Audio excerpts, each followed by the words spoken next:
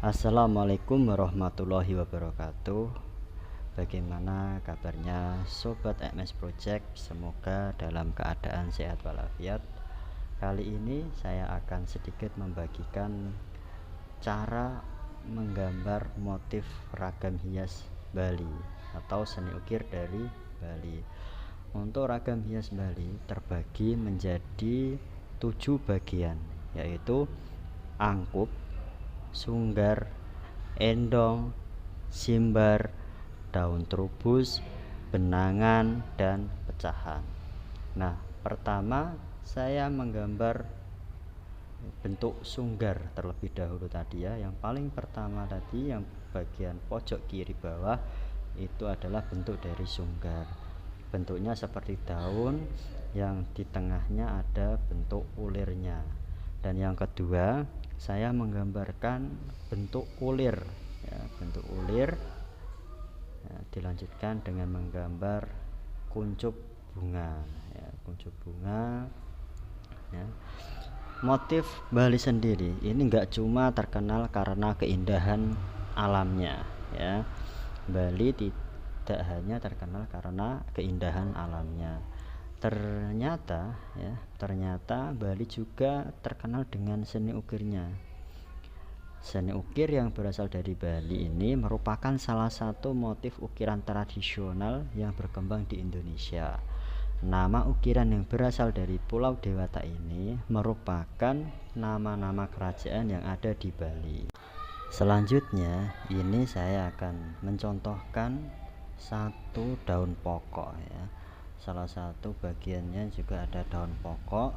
Nah, daun pokok sendiri itu sebagai dari bentuk utama juga dari motif Bali ya, karena di bagian samping, bagian atasnya dan juga bagian depan ini ada bagian-bagian motif yang mengikutinya ya. Salah satunya adalah angkup ya, sunggar. Sang sunggar juga seperti gambar yang telah kita buat di awal tadi ya, di awal tadi. Selanjutnya ya, bentuk ya, kita bentuk gambar seperti ini ya, bagian ulir ya, menyerupai dari bentuk sunggar ya. Dari bentuk sunggar, ulir lagi, kembali gambar ulir lagi, dan posisinya itu tentu mengikuti bentuk yang kosong. Kita isi dengan bagian-bagian dari gambar ukir Bali sendiri. Nah, selanjutnya kita akan isi pada bagian pojok kanan dari media atau sebelah kanan dari daun pokok tadi, gambar endong ya, bentuknya seperti itu, gambar endong, ada ulir dan pecahan-pecahan daunnya. Dan bagian atasnya lagi diisi bagian gambar pada bagian atas dari endong sendiri. Nah, kita perjelas, kita pertegas lagi untuk gambar ini gambar ulir. Dan tadi saya sekaligus menggambarkan gambar benangan. Benangan sendiri itu pada bagian dalam dari gambar daun pokok, bagian dalamnya ya. Kalau tadi bagian kanannya itu kan saya gambarkan endong. Nah, bagian dalam ya, bagian dalam yang paling terdalam adalah benangan. Dan yang bagian atas pas ya, bagian atas atau di atas dari daun pokok yang menumpangi di badannya itu namanya angkup ya, bentuknya seperti daun yang cukup panjang ya, pada bagian ujungnya ada ulirnya. Nah, ini tadi saya selesai untuk menggambar dari sunggar yang kedua ya, sunggar yang kedua tadi. Nah, ini tinggal motif penutupnya ini ya, ciri khas dari motif Bali, bentuknya seperti ini gabungan dari sunggar ya dan ulir, juga ada endongnya pada bagian kanan ya. Bentuknya seperti daun pokok namun tidak daun pokok. Nah, untuk memperindah atau memperjelas gambar, saya selalu menggunakan spidol. Boleh kalian gunakan spidol warna sesuka kalian. Untuk saya kali ini menggunakan spidol hitam ya, spidol hitam yang nantinya mungkin akan saya warna ya, agar lebih kelihatan menarik, karena ini bukan untuk digunakan kemudian untuk saya ukir, bukan. Ini nanti saya akan menggunakan warna gradasi yang nantinya akan saya jadikan bahan ajar di dinding kelas saya sebagai bahan ajar motif tradisional Indonesia.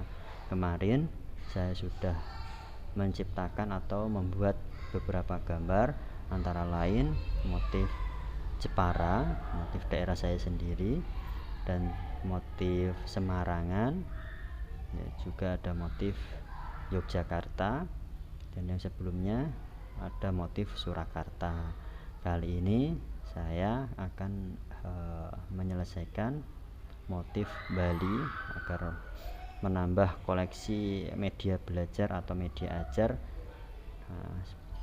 terutama pada pelajaran seni ya.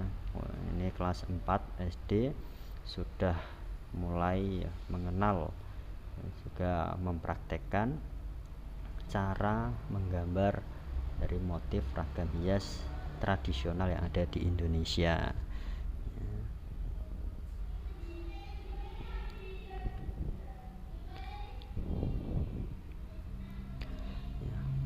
Ukir kayu Bali ini adalah karya seni para seniman kayu yang telah mendedikasikan diri untuk melestarikan warisan budaya ya. Kebanyakan orang Bali ini hampir seluruhnya bekerja di sektor kesenian, mendedikasikan diri untuk melestarikan warisan nenek moyang ya. Pekerjaannya mungkin sebagian banyak yang sebagai tukang ukir, jasa lukis ya.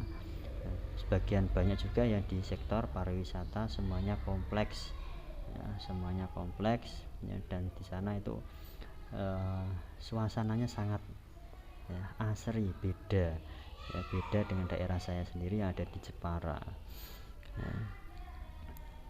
Mereka pun konsisten untuk terus menghasilkan karya. Seni ukir kayu memiliki nilai-nilai yang seimbang ya, antara lain ya, dari segi spiritual, religius, dan aspek-aspek yang bersifat komersial ya.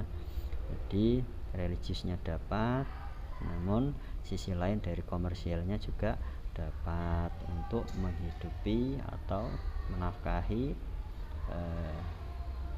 rakyat dari Bali sendiri ya. Ini sekian dari saya ya.